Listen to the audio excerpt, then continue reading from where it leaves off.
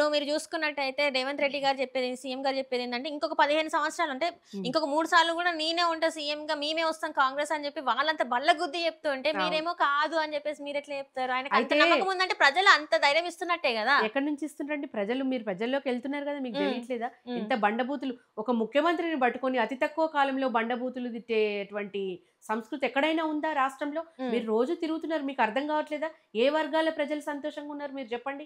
హైడ్రాతోని ఇయాల కుటుంబం మొత్తం రోడ్డు మీదకొచ్చిన వాళ్ళు తిడుతుంటే, ఆ శాపనార్థాలతో మీరు ఎట్లా అనుకుంటారు 15 ఏళ్ళు ఉంటామని? ఎవ్వరు రాజకీయంలో ఎవరు శాశ్వతం గాదండి.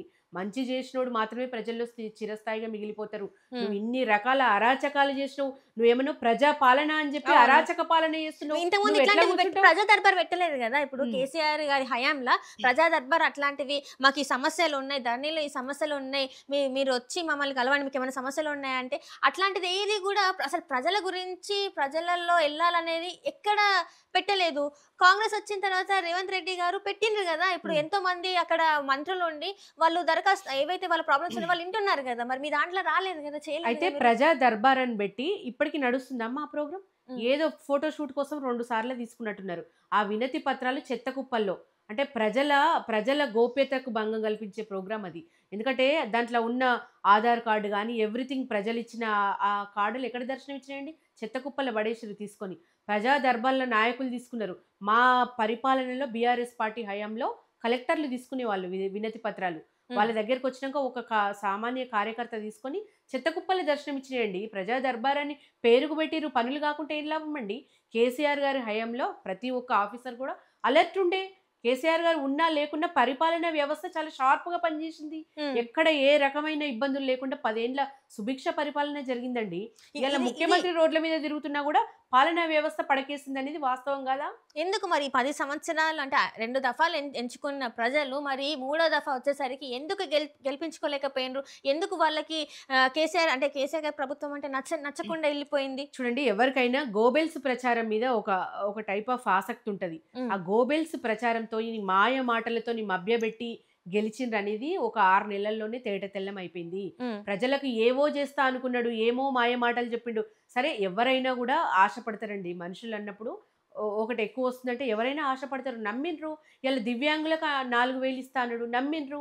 ఇయాల 2500 ఇస్తా అన్నాడు మహిళలకు. నమ్మిండ్రు. హ్మ్. స్కూటీలు ఇస్తారంటే యంగ్‌స్టర్స్ నమ్మిండ్రు. ఇంకా 2 సంవత్సరాల కాలం ఉంది గదా! ఇప్పుడు ఎక్కడి నుంచి ఇంకా 3 ఇస్తారు? సంవత్సరాల కాలం ఉంది. 5 నేను సంవత్సరాలు గెలిచిన 6 నెలల్లోనే ఇస్తా అన్నాడు గదా! హ్మ్. నీకు నేను 5 ఏళ్లకిస్తా, గెలిచినంక 4 ఏళ్లకిస్తా అని గాదు. హ్మ్. కట్ ఆఫ్ టైమ్ ఆయనే పెట్టుకున్నాడు. నేను గెలిచిన 6 నెలల్లో అన్ని రకాల హామీలు నెరవేరుస్తా అని చెప్పింది ఆయనే. హ్మ్. ఇయాల గెలిచి 2.5 ఏండ్లయింది. ఇప్పుడు ఏ ఆన్ ఒక్క 6 హామీ కూడా 6 నెరవేర్చిన నెలలంటే దాఖలాలు మనకి లేవు. ఎలక్షన్ కూడా నడిచింది. మనకు హ్మ్. జూసుకున్నట్టయితే హ్మ్. 2023లో ఇక్కడ అంటే మళ్ళీ 24 వచ్చేసరికి మళ్ళీ ఎలక్షన్ కూడా వచ్చింది. 6 నెలల్లో అది అవ్వదు గదా! హ్మ్. కొంచెం టైం అనేది ఇవ్వాలి గదా! హ్మ్. సంవత్సర కాలం, 2 సంవత్సరాల కాలం పోనీ మీరు ఇప్పుడు చెప్పండి ఎప్పుడు చేస్తారట మరి? మీరు చెప్పండి. హ్మ్. 2.5 ఏండ్లయింది. హ్మ్. ఇప్పటి వరకు అతీగతి లేదు. మరి ఇంకెప్పుడు చేస్తారు? మీరు చెప్పండి మరి. మీరు హ్మ్. చాలా ఫేవర్‌గా మాట్లాడుతున్నారు లేదు. లేదు. తప్పిస్తే, లేదు. మీరు లేదు. మీరు ఇక్కడ కాంగ్రెస్ మనిషి అయ్యేటట్టున్నారు. లేదు. అందుకే లేదు. అస్సలు ఇంకా టైం ఇక్కడ ఉంది, ఇంకా ఎవరు ఏ టైం ఉందని పార్టీకి మీరు నేను దాటేసుకొస్తున్నారు. కానీ చెందిన ప్రజలకు పర్సన్ ఓపిక లేదు. హ్మ్. చేస్తానన్న హామీలు చెయ్యడని ఒక డిక్లరేషన్‌లు ఉన్నారు ప్రజలు. హ్మ్. మీరేమో ఇంకా 2 ఏండ్లు ఉంది కదా! చేస్తాడేమో అని మీరు చెప్తున్నారు. పోనీ హ్మ్. మీరే చెప్పండి ఎప్పుడు చేస్తాడో? హ్మ్. మేము వింటాం. హ్మ్. హ్మ్. అంటే ఇక్కడ అంటే తెలంగాణలో కాంగ్రెస్‌ను వచ్చిన తర్వాత తెలంగాణ ప్రజలు సంతోషంగా లేరు. మీ పాలనలో మాత్రం చాలా సంతోషంగా ఉన్నారని మీరు డెఫినెట్‌గా. చెప్పినారు. డెఫినెట్‌గా ఉన్నారు. అంటే ఇప్పుడు ఈ జూబ్లీ హిల్స్ ఏదైతే ఉప ఎన్నిక ఉందో, హ్మ్. మీరు బీజేపీ గురించి అసలు మాట్లాడినవి కూడా మాట్లాడతలేరు. ఆ అవును. అభ్యర్థి గురించే వాళ్ళకి మాట్లాడతలేరు. డిపాజిట్ కూడా రాదండి. వాళ్ళ గురించి మాట్లాడి టైం వేస్టు. అసలు ప్రజల్లో వాళ్ళనెవరు కన్నెత్తి కూడా చూస్తలేరు. వాళ్ళు పాంప్లెంట్లు ఇస్తే కూడా అసలు ఇది అసలు ఆ వ్యక్తిని విచిత్రంగా చూస్తున్నారంటే మీరు నమ్మాలి. హ్మ్. దీపక్ రెడ్డి అనే వ్యక్తిని ఏదో నామకే వాస్తు మా పార్టీ కూడా ఉంది అని చూయించుకోవడానికి నిలబెట్టిర్రు తప్పిస్తే డిపాజిట్ కాదు గదా! ఒక 10 ఓట్లు కూడా పోలయ్యే అవకాశం మీరు లేదు. అట్లా ఎట్లా చెప్తారు? ఎందుకంటే కేంద్రంలో ఉంది బీజేపీ. ఇక్కడ హ్మ్. 8 మంది ఎమ్మెల్యేలు ఉన్నారాళ్ళు. కేంద్రంలో ఉండి గూడా ఇంత 8 మంది సీట్లు ఎంపీ సీట్లు వచ్చినా గూడా రాష్ట్రానికి గుండు సున్నా తీసుకొచ్చింది వాళ్ళు గదండీ. రాష్ట్రానికి ఏం తీసుకొచ్చిర్రు వాళ్ళు మీరు జెప్పండి. హ్మ్. కేంద్రంతోని కొట్లాడి ఒక రూపాయి నిధి గూడా తీసుకురాలేని అసమర్థ ఎంపీలున్నారు మన రాష్ట్రానికి. కాబట్టి వాళ్ళని పట్టించుకునే పరిస్థితిలో తెలంగాణ అంటే రాష్ట్ర వద్దంటారా? ప్రజలు అసలు లేరు. బీజేపీ గురించి డెఫినిట్‌గా మాట్లాడొద్దంటారా? మాట్లాడడం గూడా అనవసరం. చెప్తున్నా గదా! ప్రజలకేమి చేయలేని వాళ్ళ గురించి మనకు డిస్కషన్ ఎందుకు పెట్టుకోవాలి చెప్పండి. మీరు హ్మ్. అన్ని ఎంపీ స్థానాలు ఇచ్చిర్రు మిమ్మల్ని నమ్మిండ్రు. ప్రజలు మిమ్మల్ని కట్టబెట్టిర్రు. మరి హ్మ్. ఏం తీసుకొచ్చిర్రు రాష్ట్రానికి? హ్మ్. మీరు కనీసం ఒక రూపాయి గూడా మీరు నిధులు తీసుకురాలేని అసమర్థ బీజేపీ పాలకుల గురించి మాట్లాడి టైం వేస్ట్ చేసుకోవడం అవసరమా చెప్పండి? ప్రజలందరూ కూడా ఇదే భావనలో ఉన్నారు. నా మాట కాదు ఇది, ప్రజల మాట మాట్లాడుతున్నా నేను. నిజంగా కూడా ఇవాళ ప్రజలకు తెలంగాణ ప్రజలను ఓన్ చేసుకోవాలన్నా, తెలంగాణ ప్రజలకు ఏమైనా చేయాలన్నా బీఆర్ఎస్ పార్టీయే చేయాలి తప్పిస్తే, కాంగ్రెస్ నాయకుడు కానీ బీజేపీ నాయకుడు కానీ షో ఆఫ్లు చేస్తారు తప్పిస్తే నిజమైన పని చేసేవాడు ఎవ్వరూ లేరు, ఏ పార్టీలో కూడా లేరు.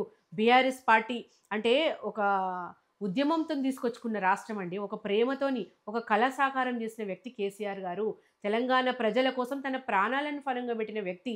తెలంగాణ ప్రజల కోసం ఎంతైనా కొట్లాడతా, నా ప్రాణం పైన తెలంగాణ రాష్ట్రం కావాలని కలలుగన్న రాష్ట్రాన్ని తీసుకొచ్చి 10 ఏళ్ల సుభిక్ష పరిపాలనలో అన్ని వర్గాలను బాగు చేసి ఇలా నీళ్లు తీసుకొచ్చి, నిధులు తీసుకొచ్చి, నియామకాలు పెట్టించి ఇలా నెంబర్ 1 రాష్ట్రంగా తీర్చిదిద్దింది కేసీఆర్ గారు. మళ్ళీ ప్రజలు కూడా కేసీఆర్ గారే కావాలి, కారే రావాలి, సారే రావాలి అన్న నినాదంతో జూబ్లీ హిల్స్ ప్రజలు ఉన్నారు. డెఫినెట్గా మాగంటి సునీతమ్మకున్న ఆదరణ ఏ పార్టీ నాయకులు కూడా లేదు. డెఫినెట్గా మళ్ళీ కేసీఆర్ గారి దిక్కు చూస్తున్నారు. కేసీఆర్ గారి విజయం తథ్యం. రాబోయే రోజుల్లో కేసీఆర్ గారి గొప్పతనం ఏంది, కేసీఆర్ గారు ఎన్ని సీట్లతో బంపర్ మెజారిటీ వస్తుంది అనేది మీరే చూస్తారు కదా. అంటే ఇప్పుడు స్టార్ క్యాంపెయినర్స్ లా కేసీఆర్ గారి పేరు కూడా ఉంది. మరి కేసీఆర్ గారు వచ్చే అవకాశం ఉందంటారా జూబ్లీ హిల్స్? డెఫినెట్గా వస్తారేమో, వస్తారు డెఫినెట్ గా. ఎందుకంటే ఇంత కాలం అప్పుడు ఏప్రిల్ లో చూసిన మనిషిని మళ్ళీ మనం చూడలేదు, వచ్చే అవకాశం ఉందంటారా? మరి డెఫినెట్ గా వస్తారు సారు. అంటే మనకు తెలుసు కదా సార్ ఆరోగ్యం కూడా అప్పుడు కింద పడిపోయి కొద్దిగా డిస్టర్బెన్స్ లో ఉండి ఇప్పుడు పూర్తి ఆరోగ్యంగా ఉన్నారు. ప్రజల మధ్యలోకి రావాలని సార్ డిసైడ్ అయ్యారు. సార్ రావాలని చెప్పి ప్రజల నుంచి కూడా ఒక డిమాండ్ వచ్చింది. కేసీఆర్ ఇంత అంటే రాష్ట్రంలో ఇంత రాక్షస పాలన జరుగుతుంటే కేసీఆర్ గారు ఎందుకు బయటకు వస్తలేరు అని చెప్పేసి ప్రజల నుంచి ఒక డిమాండ్ వచ్చింది. డెఫినెట్ గా ప్రజాభిప్రాయం మేరకు, ప్రజల కోరిక మేరకు కేసీఆర్ గారు బయటకు వస్తారు. మళ్ళీ ఈ కాంగ్రెస్ అరాచక పాలనకు బుద్ధి చెప్తారనేది ప్రజల విశ్వాసం. మొత్తానికైతే జూబ్లీ హిల్స్ ఉప ఎన్నికల్లో సునీత గారు గెలవడం తథ్యం అంటారు. డెఫినెట్ గా 100%, 100% బీఆర్ఎస్ పార్టీ గెలుస్తుంది. దీంట్లో సందేహమే లేదు. మనం ఎట్లనే చూసుకున్నట్టయితే బీఆర్ఎస్ ని ప్రజలు ఎందుకు నమ్మాలి?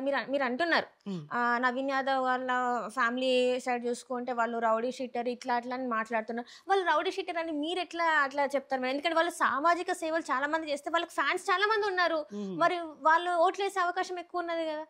రౌడీ షీటర్ అని నేను చెప్తలేనండి, జూబ్లీ హిల్స్ పోలీస్ స్టేషన్ చెప్తుంది. పోలీస్ స్టేషన్ లో పోతే వాళ్ళ ఫోటోలు చూపిస్తున్నాడు బాజప్తా. ప్రజలకు తెలుసు, వాళ్ళ వసూళ్ళ వాళ్ళ కబ్జాలకు గురైన ప్రజలకు తెలుసు, వాళ్ళు చేసిన అన్యాయాలకు గురైన వాళ్ళకి తెలుసు.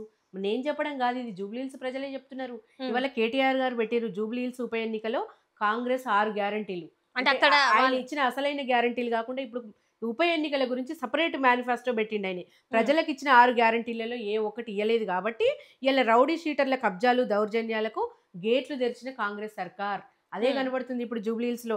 చూడండి, కాంగ్రెస్ పార్టీ 6 గ్యారంటీలు, జూబ్లీ హిల్స్ ఉప ఎన్నికల మేనిఫెస్టో కొత్తగా ఏం తెరదేసి చెప్పాలని నేను చూడండి. జంట నగరాల్లో రౌడీ షీటర్ల మీద కేసులు ఎత్తేసిండ్రట.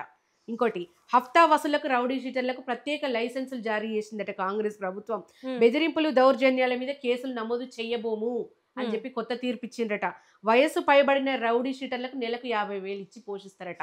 చూడండి, రౌడీ షీటర్లకు ప్రత్యేక కార్పొరేషన్ ఇస్తున్నారట. భూ కబ్జాలు సెటిల్మెంట్లకు ప్రత్యేక లైసెన్సులు జారీ చేస్తున్నారట. ఇదే నడుస్తుంది ఉప ఎన్నికల సందర్భంగా జూబ్లీ హిల్స్ లో కొత్త ఎవరున్నారు మేడం ఇప్పుడు కాంగ్రెస్ లో? ఇప్పుడు మరి రౌడీ షీటర్లు అంటారు, మీరు ఇట్లాంటి అంటే ఎలిగేషన్స్ వేసేటప్పుడు మనం చెప్పాలి, ఇప్పుడు రౌడీ షీటర్లు మేము కేసులు ఎత్తేస్తామంటే అంత ఈజీ కాదు కదా. అంటే ప్రభుత్వం అంతా చూసుకోకుండా ఉన్నదంటారా? మరి మీరు ప్రభుత్వమే ఎంకరేజ్ చేస్తుంది కదండి, ఎవరో కాదు, ప్రభుత్వంలో ఉన్న ముఖ్యమంత్రి గారే ఎంకరేజ్ చేస్తున్నారు కదా. రౌడీ షీటర్లను ఎంకరేజ్ చేస్తున్నారు, వాళ్ళకి డబ్బులు ఇచ్చి ప్రజలు అంటున్నారు కదా కబ్జాలు చేయమని చెప్తున్నారా? డెఫినెట్ గా అదే నడుస్తుంది కదా జూబ్లీ హిల్స్ లో. ఇలా ఒక రౌడీ షీటర్ కి టికెట్ ఇచ్చిండ్రని చెప్పి ప్రజలే అంటున్నారు కదండి. ఇవాళ ఒక రౌడీ షీటర్ కి మీరు టికెట్ ఎట్లా ఇస్తారని కొట్లాడిండ్రు కదా, మొన్నటిదాకా టీవీలో వచ్చింది. అయినా కూడా నువ్వు అవేం పట్టించుకోకుండా టికెట్ ఇచ్చిండ్రు కదా. ఇవాళ బరిలో నిలబడ్డ వ్యక్తి మీద రౌడీ షీటర్ ఉంది కదా, వాళ్ళ ఫాదర్ మీద, వాళ్ళ ఫ్యామిలీ మీద అది ఉంది కదా.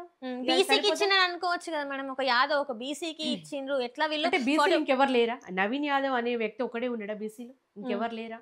మీరు ఒక నార్మల్ నువ్వు ఇవ్వాలనుకుంటే నిజంగానే బీసీ ప్రజలకు నువ్వేమైనా చేయాలనుకుంటే ఇంకెన్ని రకాలుగా చేయొచ్చు. ఒక రౌడీ షీటర్ ఉన్న వ్యక్తిని తీసుకొచ్చి జూబ్లీ హిల్స్ ప్రజలు అంటే వాళ్ళ మనోభావాలను దెబ్బతీయడానిక, లేకపోతే జూబ్లీ హిల్స్ ప్రజలకు అంత రాజకీయ అంటే లోకల్ నాన్ లోకల్ ఉంటది కదా మేడం. ఇప్పుడు లోకల్ నాన్ లోకల్ అని ఉంటది, లోకల్ గా తను అక్కడ ఎప్పటి నుంచో ఉన్నారు కాబట్టి ఎంతమంది లేరండి లోకల్లో ఉన్న కాంగ్రెస్ నాయకులు? ఇంకెవరు లేరా? నవీన్ యాదవ్ తప్పిస్తే ఇంకెవరు కనిపిస్తలేరా ముఖ్యమంత్రికి? నేను ఒకటే అడుగుతున్నా, నవీన్ యాదవ్ దగ్గర ఎన్ని డబ్బు సంచులు ముట్టినాయి అనేది నేను అడుగుతున్నా. ఇవాళ నవీన్ యాదవ్ మీద చాలా వ్యతిరేకత ఉంది జూబ్లీ హిల్స్ ప్రజలకి. ఇటువంటి వ్యక్తులు, ఇట్లాంటి రౌడీ షీటర్ ఉన్న వ్యక్తులు మాకొద్దు. ఇలా సామాన్య ప్రజల దగ్గర వసూలు చేస్తారు వీళ్ళ బ్యాచ్, వీళ్ళ దందా, వీళ్ళ ఆగడాలు నేను భరించలేను అని చెప్పి ఒక చిన్న వ్యాపారి, చిరు వ్యాపారి వీడియో చూస్తే ఇందాకనే వస్తూ ఉంటే వీళ్ళ మా దగ్గర మామూలు వసూలు చేసే దందాలు లీడర్లు ఇలా మా దగ్గర నిలబడి పోటీ చేస్తే మేము ఎట్లా ఓటేస్తాం అని చెప్పేసి జూబ్లీహిల్స్ ప్రజలు అంటున్నారు. కాబట్టి జూబ్లీహిల్స్ ప్రజలు రాజకీయ విచక్షణ ఉన్నవాళ్ళండి. ఎడ్యుకేటెడ్ పీపుల్ ఉన్నారు, స్లమ్ ఉన్నారు, అన్ని రకాల రాజకీయం చూస్తూ ఉన్నారు. వాళ్ళు ఎవరికి ఓటేయాలి, ఎవరికి వేస్తే ఏం జరుగుతుంది అనేది వాళ్ళకి తెలుసు. కాబట్టి మనం ఏదో ఇన్ఫ్లుయెన్స్ చేయాల్సిన అవసరం లేదు. అంటే మొత్తానికైతే ప్రజలు ఒక క్లారిటీతో ఉన్నారు. వాళ్ళు ఎవరికి ఓటేయాలి, ఎవరికి ఓటేయద్దని ఒక క్లారిటీ అయితే ఉంది. ఎవరు ఎంత ప్రచారం చేస్తున్నా అని చెప్పేసి మీరు అంటున్నారు. డెఫినెట్ గా. Right madam. Thank you so much madam.